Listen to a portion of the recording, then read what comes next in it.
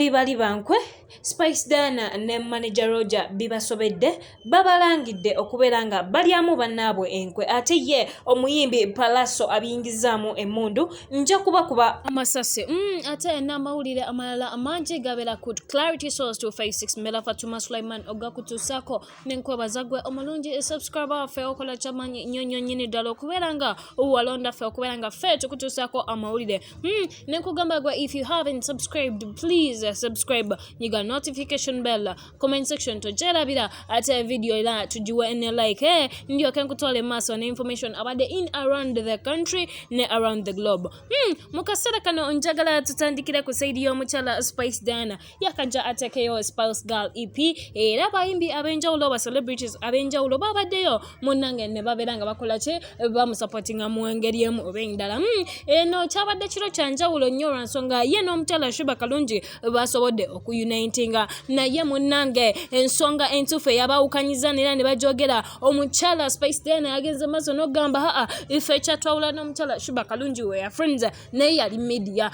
abantu ekintu kino bakisusa nnyo bakyogera nnyo olutalo we lwagwawo ne balyoka balusajjula buli omu ng'ayogera kike ku kyabalala ku show eyo yennyini okwabadde abantu ab'enjawulo y'omukyala Sheebah kalunji yagenze maso n'okwatula n'agamba bannaye nze kyenjawukanya n'omukyala ono n'ensonga endala gye ndabanga nze Sheebah ndabanga abasajja bano abasajja the males in the industry be batwawukanya nga baagala ekintu kino bakyefuge naye ekintu kye batagenda kuddamu kusobola kubanga kasita twegasse nze ne Spice kasita tuzzeewo mu friendship tewakyaliwo kintu kyonna ate kye muyinza kutugamba kusobola okutwawula bagenze maaso n'okucelebrating reunion yaabwe era kati bw'oyogera ku mukyala Sheebah kalunji nagambye obeera oyogedde ku Spice Dana ate era bw'oyogera ku mukyala Spice obeera yagala Sheebah abiyingiremu ababiri bano buli omu yalaze nti moment eno yabadde ekyamanyi nnyo nnyini gyali ekitulagira dda nti indeed we need friendship not division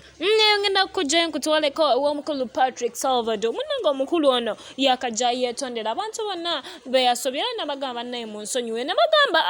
ffe tetulikikoyinaako obuzibu tukusonyiye okujjako omukyala Mama Fiina yeyeka atanabavaayo amusonyiwe officially naye ngaoyo omukyala wakisa tukimanyi naye ajagenda maaso akole ki amusonyiwe naye amawulire agava eri omukulu ono si malungi era munnaye yagenze maaso nasharinga n'agamba nti decision gyagenda okuteala ayinza obeera nga egenda kubeera nga abamu tujewunya naye mental health ye teri bulungi omukulu mentally physically na buli kimu ali down era yagambye nti agenda sooka awummulemu mu kaseera akatali kwawala ku lw'obulungi be bantu bangi abavudde ne bagamba mentally tebali bulungi nga muno mwe muli omukulu Gravity yakajja avayo omukulu Chosen Blood naye yagenda n'ayogera ate omukulu Chosen Blood naye yavayo n'ayogera awulire si malungi naye kati Mukama Katonda bambi Salvador asobole okumuyisa mu mbeera eno kubanga naye gwe yeekwasiza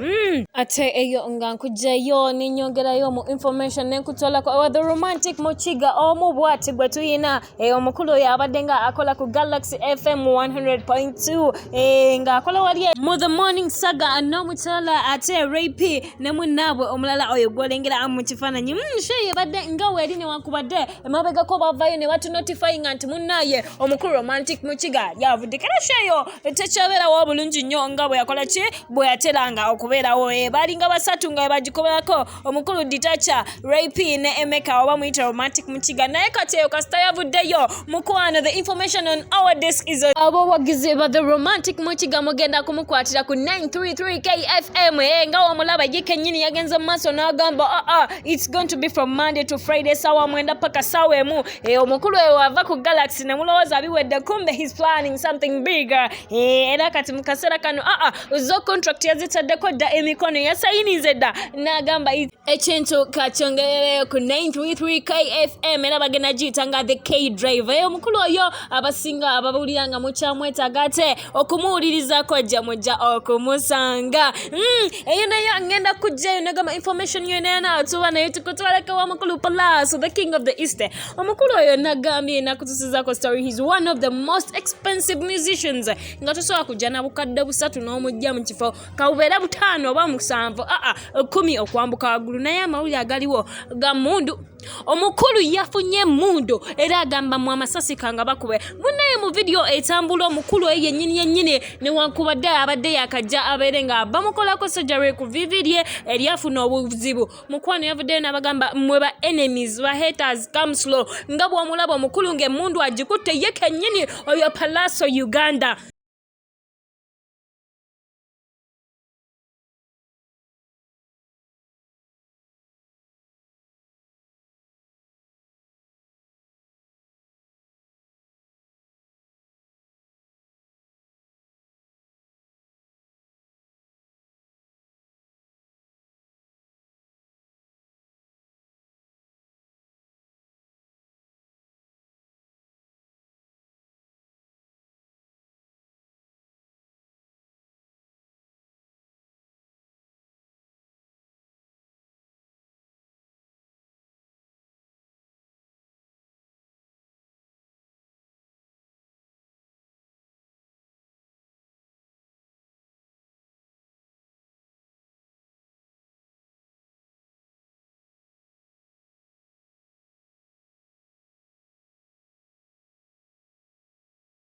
Gravity omutujju kyagezako okudrivinga athlete tunaba kukitegera bulungi naye era tukyamunoonyako ayongere okukitanya kubanga yagambye agenda vayo abasanguze.